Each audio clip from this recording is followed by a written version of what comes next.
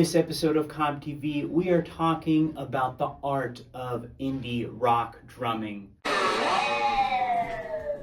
Yes, and be sure to like and subscribe for more epic musical content. Now, indie music, indie just stands for independent, so anybody who's ever released music independently would be considered an indie musician or an indie band. But indie music, as we know it, like the genre, is really something that I feel like is like a 2000s construct. Now, as far as the drumming goes, there is a particular way of approaching it, and to me, indie drumming is creative drumming. It's about thinking outside the box. So with this first example, Cousins by Vampire Weekend, what I love about this is the incorporation of the rims in the groove, and it's not really the kind of drum beat that you hear every day.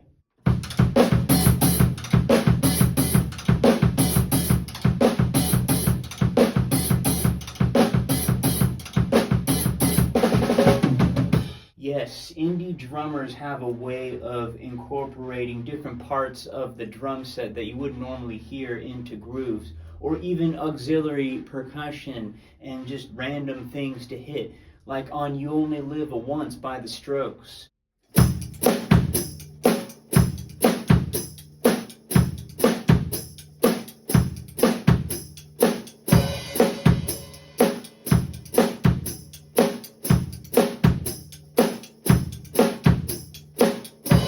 I also love the way drummers like Steve Shelley of Sonic Youth will take a shaker and incorporate it with the drum beat itself, making a different sound entirely. Bowl in the Heather is a great example of this, but by far my favorite is the song Dirty Boots.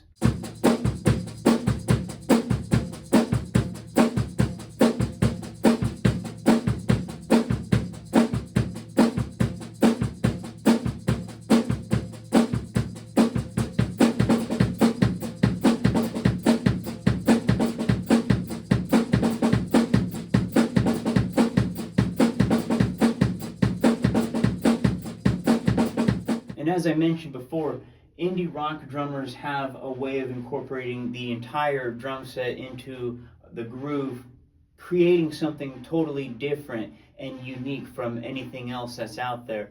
Like Jeremiah Green on the track Trucker's Atlas by Modest Mouse.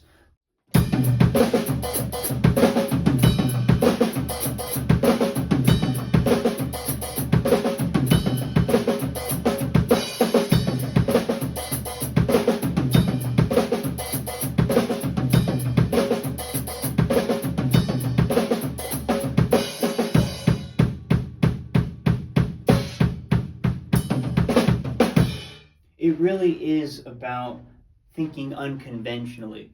On the Arcade Fire track, Neighborhood Number 2, we have a groove that could be played you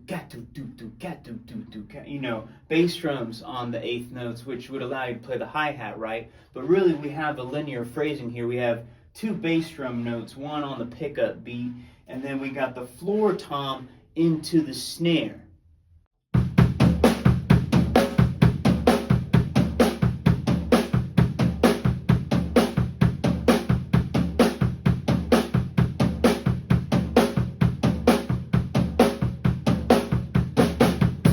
There's also a heavy element of dance music that is kind of pouring through the influences of indie music and indie drumming. On the Arcade Fire track Neighborhood Number 3, Powers Out, we have a 4 on the floor bass drum rhythm, and we got 16th notes on the hi-hat, but instead of just 2 and 4 on the snare, we got the left hand coming across to hit some offbeat 16th notes. And you're actually going to hear this groove in a different song. That is Sweet Disposition by the Temper Trap.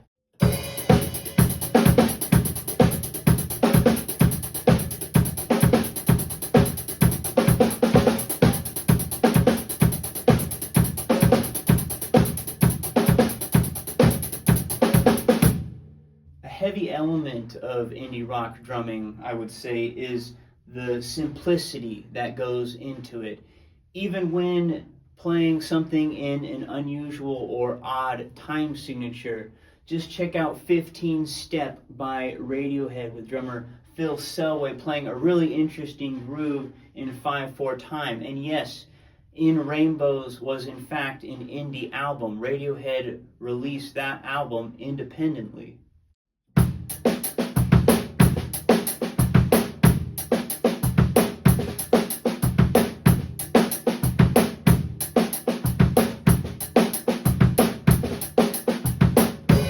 Another great example of an odd time beat in an indie song is Shoreline 7/4, which is in 7/4 time.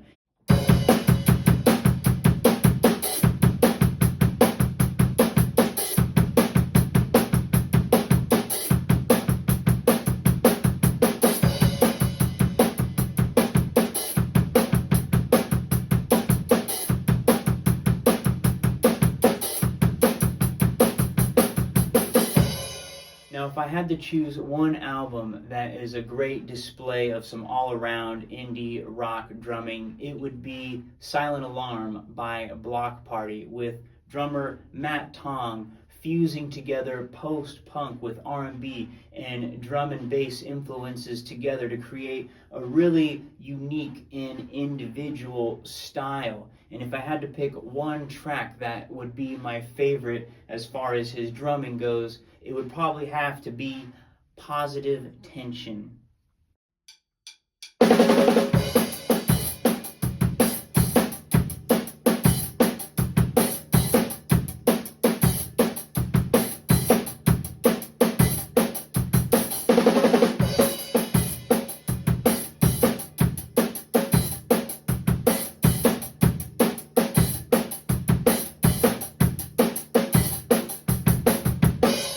If I had to choose one song to be a great example of what indie rock drumming is, it would be Obstacle 1 by Interpol, with Sam Fogarino just playing some really interesting licks, especially during the second verse.